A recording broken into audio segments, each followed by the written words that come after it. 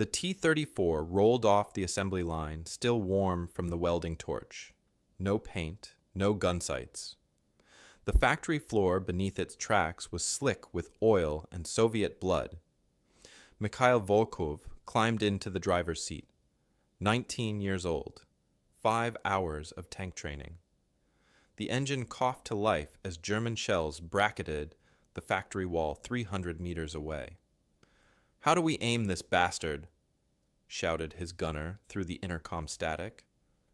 "Same way you'd shoot a rifle, with no sight," Volkov replied, watching another unpainted T-34 lumber past his position.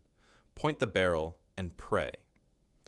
The gunner pressed his eye to the bore of the main gun like a rifleman sighting down iron. Point blank, range or nothing. This was how you made war when your back was against the Volga. September 1942. The Wehrmacht was counting buildings like poker chips. Each morning, German staff officers moved their pins deeper into the city. Each evening, they radioed Berlin with confident estimates. Stalingrad will fall within days. They were wrong. What they found wasn't a city anymore. It was a furnace that ate divisions whole. The city that was supposed to have fallen in August had become a months-long meat grinder. Each factory floor spawned another tank crew with no training and everything to lose. Each basement birthed another squad of defenders who'd already decided they were dead. German radio intercepts spoke of unusual resistance patterns. Wehrmacht officers used clinical language to describe something they couldn't quite comprehend. The Soviets weren't fighting like a defeated army. They weren't fighting like an army at all. They were fighting like cornered animals with nothing left but teeth. In the rubble of the grain elevator, German infantry found Soviet Marines who'd been dead for 3 days, still clutching their weapons, still facing west. The dead were more reliable than the living in this place. German officers coined a new term, Rattenkrieg, rat war, the kind of fighting that happened when civilized armies were forced to crawl through sewers and fight over garbage heaps. Volkov's T-34 lurched forward. The unpainted metal caught the autumn light like a wound. Behind him, more tanks rolled off the line. No ceremony, no speeches. Just another batch of iron coffins with teenage crews who'd learned to drive yesterday and would likely die today. The German Panzer fired first. The shell sparked off Volkov's frontal armor, close enough that he could smell the cordite through his vision port. "Now," he whispered. His gunner squeezed the trigger. The 76-millimeter gun bucked. The German tank disappeared in a cloud of smoke and twisted steel. 2 more Panzers rounded the corner. Volkov's radio crackled with voices, boys mostly, speaking their last words in calm, matter-of-fact tones. The factory behind him kept producing, another T-34 every few hours, each one a little more desperate than the last, each crew a little younger and a little more certain they wouldn't live to see winter. This was how armies died in Stalingrad, not in glorious charges or tactical masterstrokes, but in the slow, methodical grinding of men and metal until only the will to kill remained. The loudspeakers crackled to life at 0300 hours. German sentries along the Volga front line tensed as the familiar sound drifted across no man's land.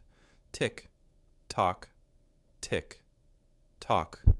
Then the voice, calm, methodical, speaking perfect German through the static. Every 7 seconds, a German soldier dies in Russia. Stalingrad is a mass grave. The ticking resumed. Underneath it, barely audible, came the melody of the tango of death, a waltz for the damned. Wehrmacht Lieutenant Klaus Weiner pressed his face against the cellar wall. The Soviet loudspeakers had been going for 6 hours straight. He checked his watch, counted the ticks, did the math in his head. If she was right, his regiment should be extinct by Christmas. The propaganda was working. He could see it in his men's faces. the way they flinched at every mechanical sound, the way they counted heartbeats between the announcements. Outside, the city burned with an oily smoke that never cleared. The air tasted of cordite and rot, something that caught in the back of your throat and stayed there. Obergefreiter Miller crawled back from the forward observation post. His hands were shaking, not from the cold, from what he'd seen. "The Bolshevists in the factory," he whispered. "They're not retreating. They're not even defending. They're just feeding themselves into the machine." Weiner knew what he meant. They'd all seen it. Soviet infantry walking directly into German fire, not charging, not attacking, just walking, like they were late for an appointment. The SS correspondents were filing stories that Berlin didn't want to publish. Tales of enemies who fought on after being shot, who held grenades until they cooked off in their hands, who tied themselves to their weapons so they couldn't retreat, fighting beyond the point considered humanly possible. The phrase appeared in every report, every after-action summary, every letter home that made it past the censors. The Wehrmacht had conquered Poland in 36 days, France in 6 weeks, Yugoslavia in 11 days. They'd perfected the science of rapid victory through superior firepower and tactical mobility. None of that applied here. A German officer's letter home captured the psychological toll. The whole war for France was shorter than the fight for one Volga factory. Here, time has no meaning. We measure progress in corpses rather than kilometers. The Soviets had weaponized desperation. Every basement became a bunker. Every pile of rubble became a machine gun nest. Every dead German became propaganda for the loudspeakers that counted down to midnight every night. Lieutenant Weiner scribbled in his journal by candlelight, "The street is no longer measured by meters, but by corpses. Stalingrad is no longer a town. It's a factory for producing ghosts." The ticking resumed at dawn. It would continue for months. Oberfeldwebel Klaus Richter discovered the mice on a frozen October morning. His Panzer IV had been positioned hull down behind a collapsed apartment building for 3 days. Static defense, waiting for Soviet armor that never came the way it was supposed to. He popped the driver's hatch, expecting a routine maintenance check. Instead, he found that a nest of field mice had chewed through the electrical wiring to his radio, his gun traverse motor, and his engine starter. 37 tons of German engineering, defeated by rodents. "Mein Gott," Richter whispered, staring at the tangled mess of copper wire and mouse droppings. This was the problem with urban warfare. Everything the Wehrmacht had perfected, rapid movement, combined arms coordination, air-ground integration, crumbled when you had to park your tank in one spot for days at a time. The Panzer doctrine that had smashed. Through Poland and France assumed mobility, breakthrough, and exploitation. Not this grinding, static nightmare where your most advanced machinery became easy prey for Soviet snipers with anti-tank rifles, and the mice. Meanwhile, the Soviets were learning different lessons. Comrade Lieutenant Zaitsev watched German tanks lumber through the factory district from his position in a collapsed grain elevator. The enemy was adapting poorly. Their armor moved in predictable patterns, following roads that no longer existed, seeking cover that exposed them to crossfire from buildings they'd already cleared twice. The Soviets had stopped using tanks the German way. Mobile warfare was suicide in streets choked with rubble. Instead, they dug them in as pillboxes. The T-34s became stationary gun platforms with 3-foot-thick concrete walls built around their hulls. Immobile, camouflaged, patient. German infantry would advance past these positions, thinking the area was clear. Then the concealed tank would open fire from behind, not at other tanks, but at infantry who suddenly found themselves trapped in a concrete maze with a 76 mm gun covering every exit. The Soviets turned the sewers into highways. While German armor was restricted to surface streets, Soviet reinforcements moved underground. They'd pop up 3 blocks behind German lines, hit a supply convoy, then disappear back into the tunnels before the panzers could respond. Richter's radio finally crackled to life after his field engineer spliced together enough undamaged wire. The voice belonged to his company commander. "Richter, you need to move to grid reference 347-122. Soviet infantry reported in the school building, 30 meters. Sir, we've been fighting for that same school building for 2 weeks. We've taken it 4 times. Then take it a 5th time." This was the new mathematics of urban warfare. German technical superiority meant nothing when a 10-year-old with a Molotov cocktail could disable a tank from a basement window. Every advantage that had made the Wehrmacht unstoppable became a liability in the close-quarters hell of Stalingrad's ruins. The mechanic started pulling out nesting material from the engine bay.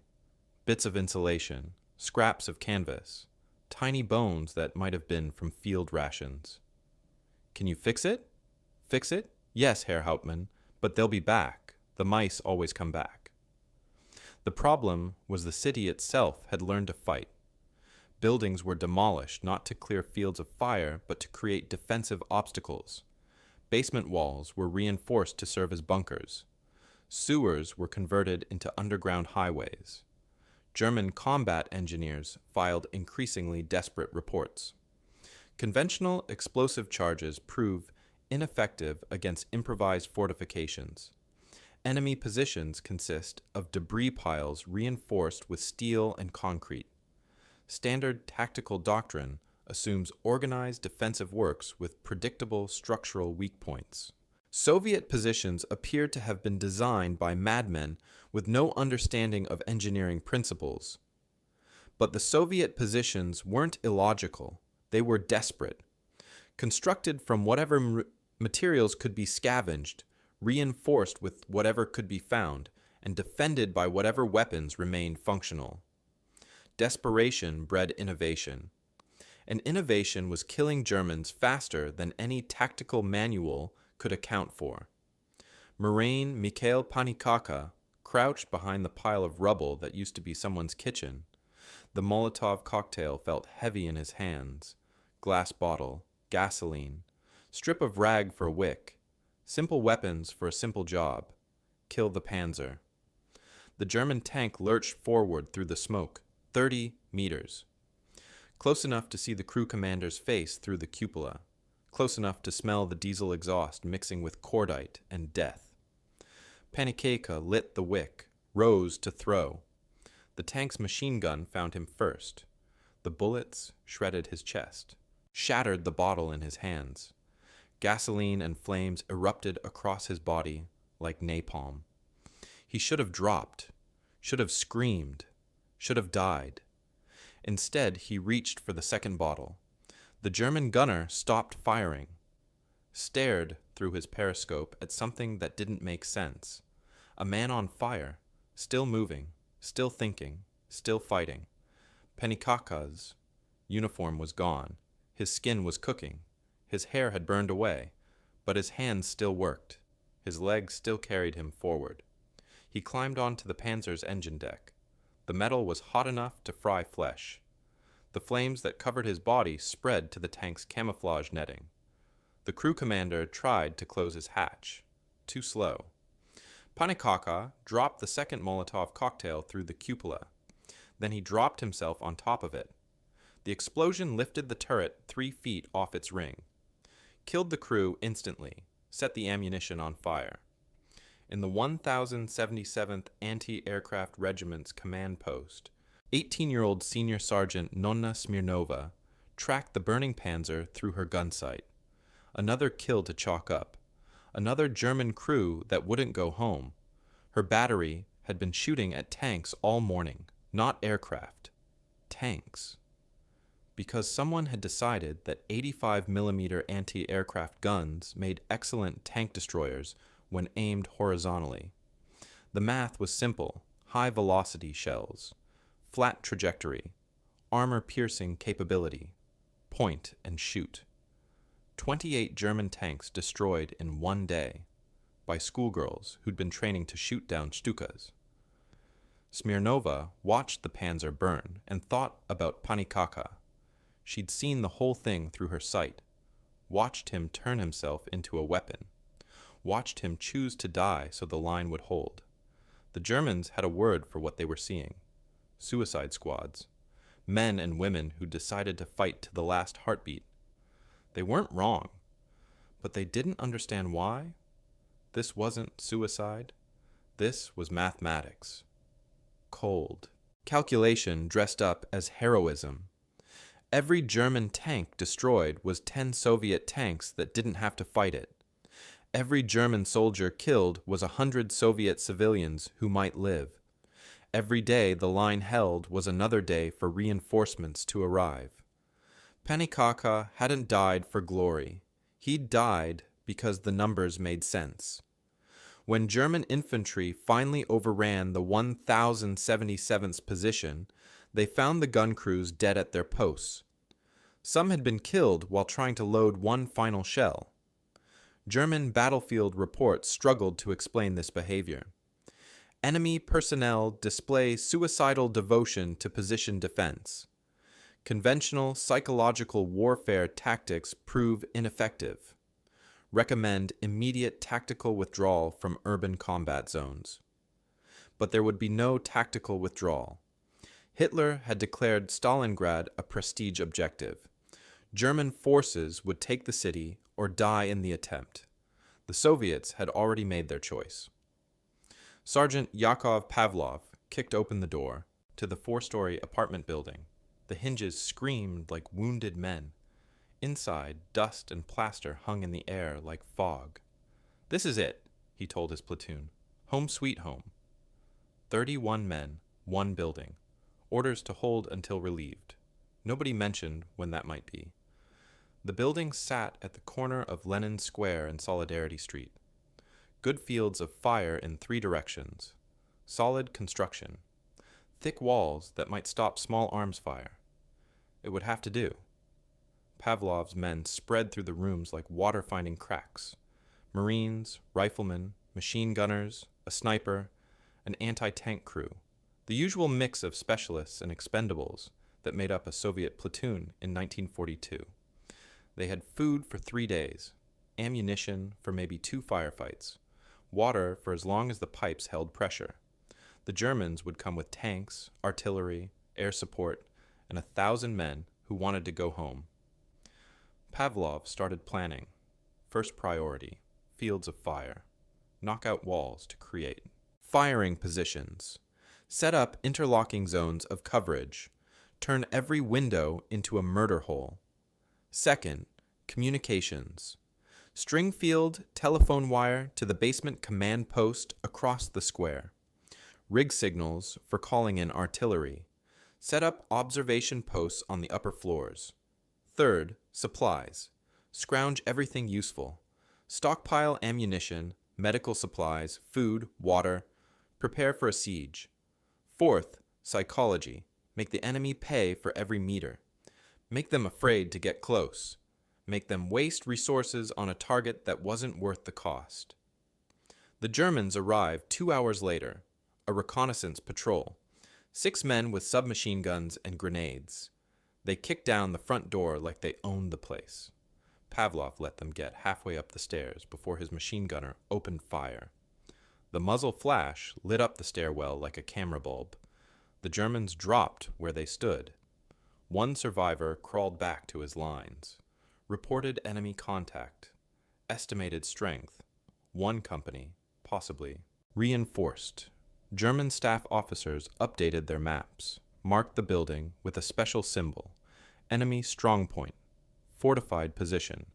They called it a fortress. Pavlov had 31 men and a prayer, but on the German maps, his apartment building rated the same marking as Sevastopol.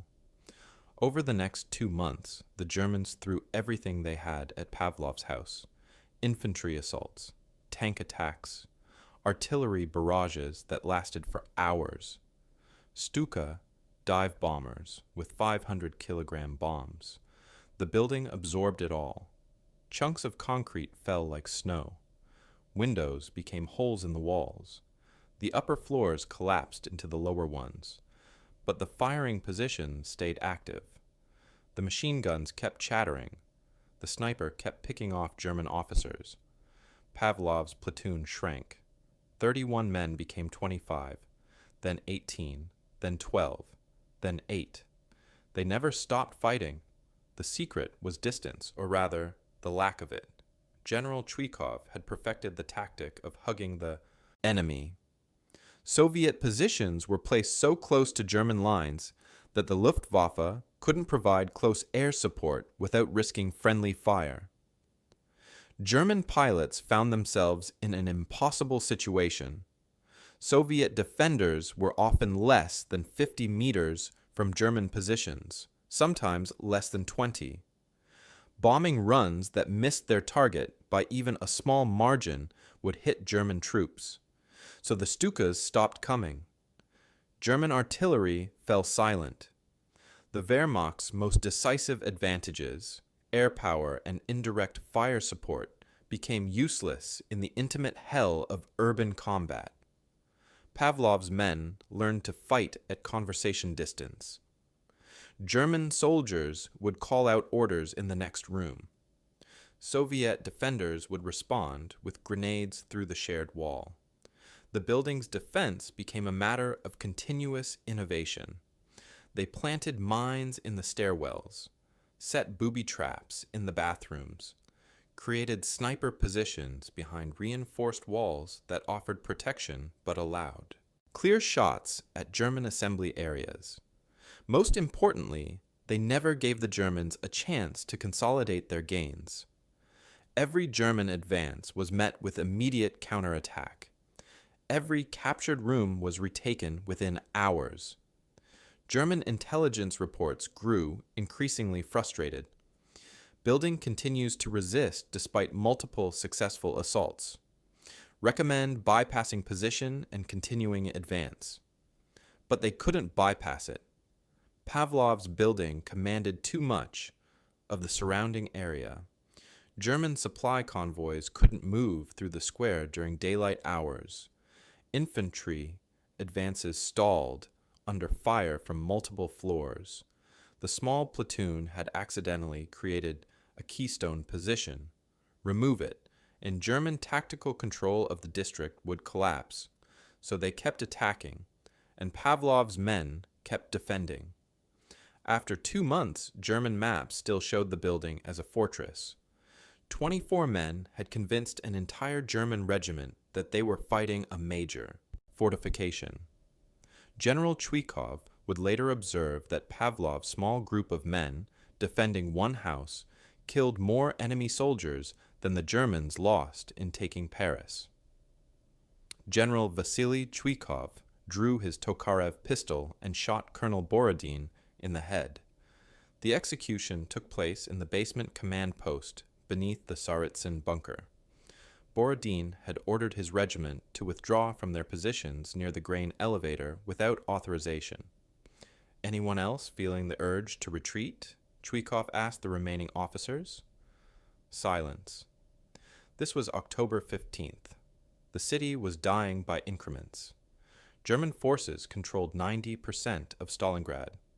The Volga crossing points were under constant artillery fire.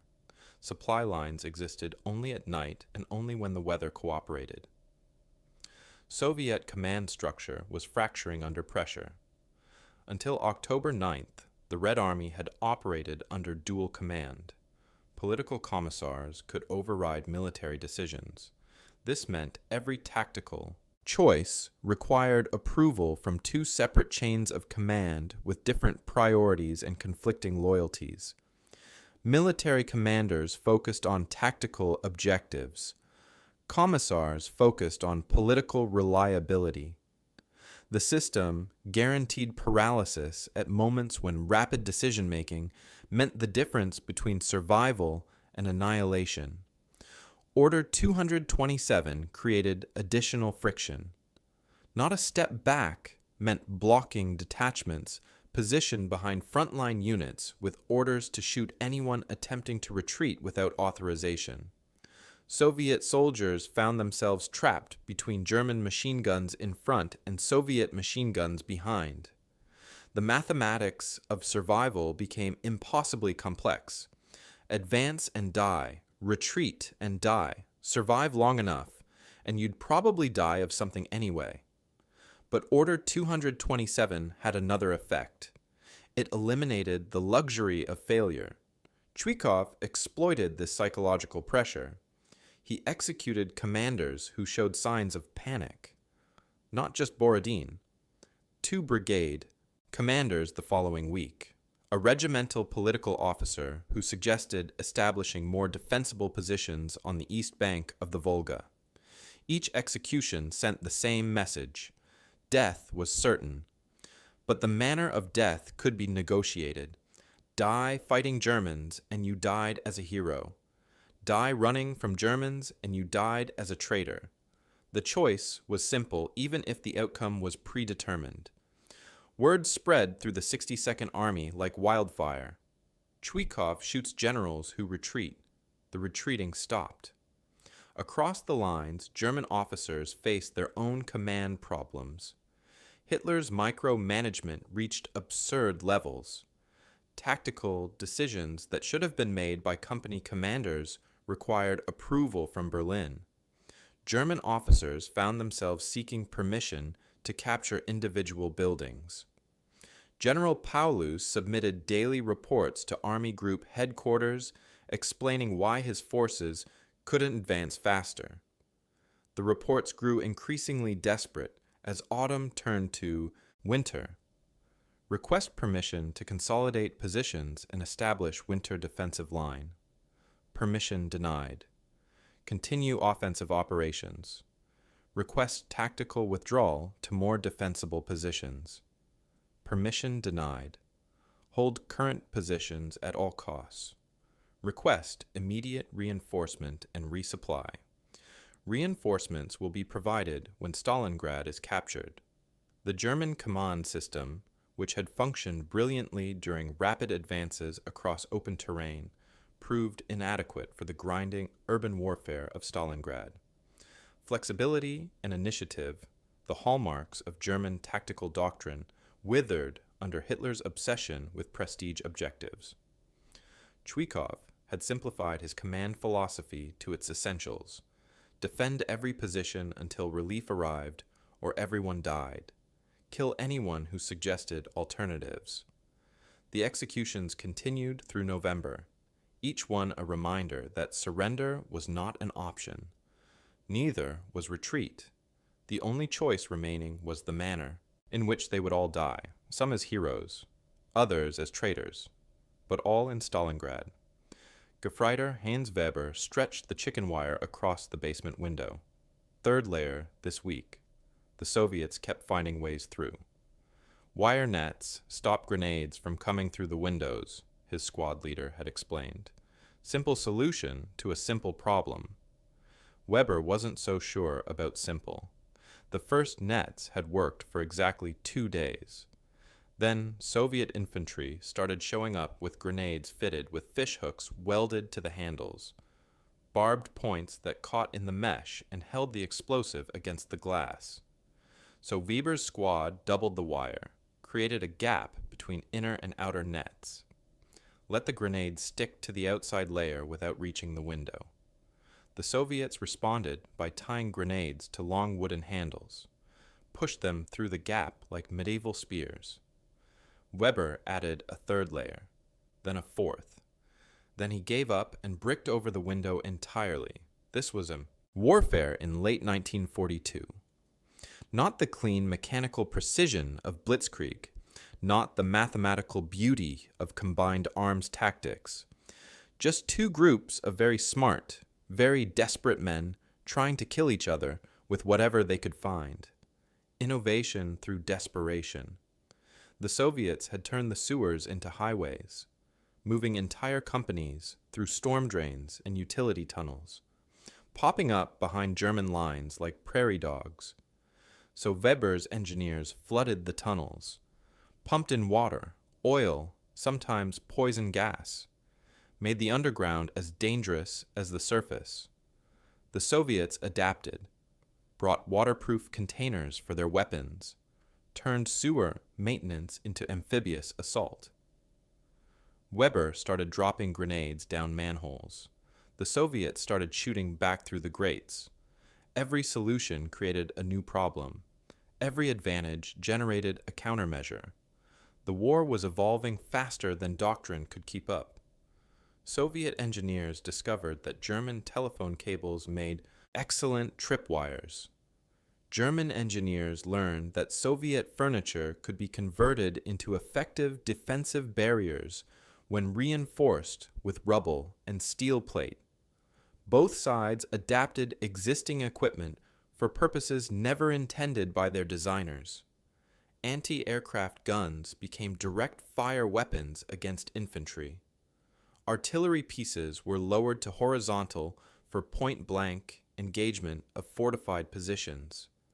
Anti-tank rifles were used against personnel in bunkers. Weber's squad found a new Soviet innovation every morning: booby-trapped bodies, explosive rats, grenades disguised as rocks, mines that looked like soup cans. They responded with their own creativity: tripwires connected to flares, noisemakers that sounded like footsteps, dummy positions that drew sniper fire. The fishhooks were just the latest iteration, a problem that demanded a solution that created a bigger problem that demanded a more complex solution. Weber looked at his latest engineering masterpiece: 4 layers of wire mesh, reinforced frames, overlapping fields of coverage, a window that looked like a steel spider web. It would stop grenades, probably, until the Soviets figured out something new. They always figured out something new. The war had become a laboratory, military science evolving in real time under the pressure of immediate life and death consequences. Weber wondered what they'd invent tomorrow. What new horror would crawl out of the ruins with his name on it? He checked his rifle, cleaned his bayonet, prepared for another day of creative killing. Major Anatoly Soldatov descended into the gum department store basement for the final time. February 1943. The war correspondent, Alexander Wirth, would document what he found, but words couldn't capture the complete collapse of human dignity. The filth reached chest level in places. Human waste mixed with melted snow, blood, and the remains of men who died weeks earlier. 18,000 wounded German soldiers packed into a basement designed for retail storage. No bandages, Soldatov noted in his report. No medicine, no hope. General Paulus had established his headquarters in what had once been Stalingrad's finest department store. The basement served simultaneously as field hospital, command center, and morgue. German officers conducted their final staff meetings while standing knee-deep in sewage and surrounded by the dying. Outside the basement, Soldatov found the skeleton of a horse in the courtyard. Scraps of meat still clung to the ribs. Behind a low stone wall, frozen German corpses were stacked like cordwood. Yellow wax stretched tight over bones, eyes open in expressions of terminal surprise, preserved by cold that turned men into sculptures. The finest collection of divisions that hadn't known strategic defeat for 25 years. Reduced to this: Soldatov found the intelligence officer he'd come to interrogate, Lieutenant Colonel Heinrich Braun, former Army Staff College instructor, author of 3 books on mechanized warfare, now a scarecrow in a uniform that hung on him like a tent. "How many men do you have left?" Soldatov asked. Braun laughed. It sounded like wind through broken glass. "Men? We have corpses. We have wounded. We have the walking dead. We don't have men. Your unit strength reports? Fiction. We report what Berlin wants to hear. The 71st Infantry Division? 12 men. The 29th Motorized? 8. The 376th? I think there's a sergeant left. Maybe.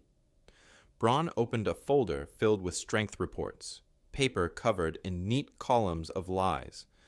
We've been dead since Christmas. We just haven't stopped moving yet. Outside, Soviet artillery pounded the ruins with methodical precision. Not random fire. Systematic destruction. Grid square by grid square. Building by building. Room by room. The Soviets weren't trying to capture Stalingrad anymore. They were sterilizing it, killing everything that might contaminate the ground. The German Sixth Army had been trapped since November 23rd. Hitler had promised aerial resupply. The Luftwaffe delivered an average of 90 tons per day. The army needed 500 tons per day just to maintain combat effectiveness. German soldiers ate their horses first, then leather equipment, then wallpaper paste scraped from bombed buildings. Feldwebel Ernst Hoffmann wrote his final letter home. We are no longer soldiers. We are scarecrows in German uniforms. The rats are fatter than we are. They feed on our dead while we starve among our own filth. Temperature readings hit minus 40 degrees Celsius. German weapons froze solid. Men died with their rifles clutched against their chests, trying to keep the metal warm enough to function. But the cold wasn't the real killer, nor was the starvation or disease or constant Soviet artillery fire. The real killer was the realization that they'd been sacrificed for nothing. Stalingrad had no strategic value. Hitler had chosen it for psychological reasons. The city bore Stalin's name. Capturing it would make good propaganda. Losing it would be humiliating. So 300,000 German soldiers died for a propaganda victory that never materialized. Soviet intelligence intercepts recorded German radio traffic from the final weeks. Officers pleading for permission to surrender. Hitler's headquarters refusing to acknowledge the requests. German soldiers asking their families to remember them as they were before Stalingrad destroyed their humanity. On January 31st, Paulus sent his final message to Berlin. 18,000 wounded without the slightest aid of bandages and medicines. Request immediate permission to surrender to avoid unnecessary suffering. Hitler's response promoted Paulus to field marshal. No German field marshal had ever surrendered. The message was clear. Paulus surrendered anyway. On February 2nd, the last German resistance collapsed. 91,000 survivors were marched into Soviet captivity. Only 5,000 would survive to see Germany again. The basement of the gum department store was cleaned and converted back to retail space. But the stench lingered for months. Some said it never really disappeared. General Vasily Chuikov stood in the ruins of the Red October factory and lit a cigarette with fingers that barely shook. The silence was strange after 6 months of continuous gunfire. Unnatural, like the world had forgotten how to make noise. Behind him, the Volga flowed east toward the Caspian, still frozen, still impassable, still the barrier that had saved Moscow and maybe the war. The lesson of Stalingrad wasn't courage, wasn't heroism, wasn't the triumph of socialism over fascism. The lesson was mathematics. Yeah? General Hans Dewar captured the essential truth in his post-war analysis. The distance between the enemy's arms and ours was as small as could possibly be. This wasn't an accident. Soviet defensive tactics were designed specifically to negate German advantages by forcing combat at conversation. Distance. Every German strength became a strategic liability when fighting happened at ranges measured in feet rather than kilometers. The Luftwaffe couldn't provide close air support when Soviet positions were 50 meters from German lines. Artillery became useless when enemy and friendly forces occupied opposite sides of the same building. Armor proved vulnerable when fighters with Molotov cocktails could approach tanks through basement tunnels. German tactical mobility, the foundation of Wehrmacht doctrine, meant nothing in a city where every street was a kill zone and every building was a fortress. The factory floors had been killing grounds, designed to look like objectives worth taking, structured to channel German forces into prepared fields of fire, engineered to consume elite divisions at a rate that industrial production couldn't sustain. Each basement, each stairwell, each room, all carefully calculated to extract maximum casualties from minimum defensive. Investment. Deliberate bleeding tactics dressed up as desperate resistance. The T-34s rolling off production lines without paint or gun sights weren't signs of Soviet desperation. They were weapons designed for expendability, mechanical Molotov cocktails built to trade steel for time. The tanks that became dug-in pillboxes weren't tactical failures. They were area denial weapons, mobile artillery that stayed mobile by not moving. The sewers turned into highways weren't desperate improvisations. They were planned logistics networks, underground railroads for moving forces faster than surface reconnaissance could track them. Even Pavlov's house had been a deception operation. 31 men holding a building that looked important enough to waste German resources on. A tactical magnet that pulled enemy strength away from objectives that actually mattered. Soviet retreats weren't tactical failures. They were invitations to German forces to advance deeper into a killing ground where conventional military advantages meant nothing and survival depended on individual initiative rather than institutional excellence. The Wehrmacht had perfected the science of rapid victory through superior firepower and tactical coordination. In Stalingrad, they faced an enemy that had weaponized defeat itself. Every Soviet failure consumed German strength. Every German success pulled them deeper into an urban hell where their most advanced equipment became liabilities. Every German attack cost more than it gained. Every advance consumed resources faster than Berlin could replace them. Every victory became a strategic defeat compounded daily. The city that had bled an army dry through calculated desperation rather than heroic resistance. The Rat War's true lesson wasn't about courage or ideology or tactical innovation. It was about the mathematical certainty that any army, no matter how professional or well-equipped, could be ground to nothing if forced to fight on terms that negated every advantage it possessed. The Germans had conquered Europe through mobility and firepower. In Stalingrad, they died standing still in basements filled with their own waste, reduced to eating their horses and shooting their own officers to prevent surrender. The finest collection of divisions that hadn't known strategic defeat for 25 years learned that victory was just another word for dying slower than your enemy. Chuikov dropped his cigarette and ground it under his boot. The war would continue for 2 more years. But it was over here, decided in the ruins of a city that had learned how to die efficiently. The Germans had called it Rattenkrieg, Rat War. They were right, but they'd misunderstood which side were the rats. Rats lived in sewers, bred in the dark, gnawed through whatever got in their way, survived by being too numerous and too adaptable to exterminate. Rats built mazes, led their enemies into dead ends, killed them slowly with disease and attrition. The Wehrmacht had been perfect soldiers, disciplined, professional, equipped with the finest weapons money could buy. But perfect soldiers die when you feed them into a machine designed to kill them perfectly. Chwikov walked back toward the command post, past the frozen corpses, past the wrecked tanks, past the rubble that had been apartment buildings where families lived before the war turned geography into ammunition. The rat war was over. The rats had won. Some lessons can only be taught once. If you enjoyed this story, hit subscribe for more World War II historical deep dives every week. Thanks for watching.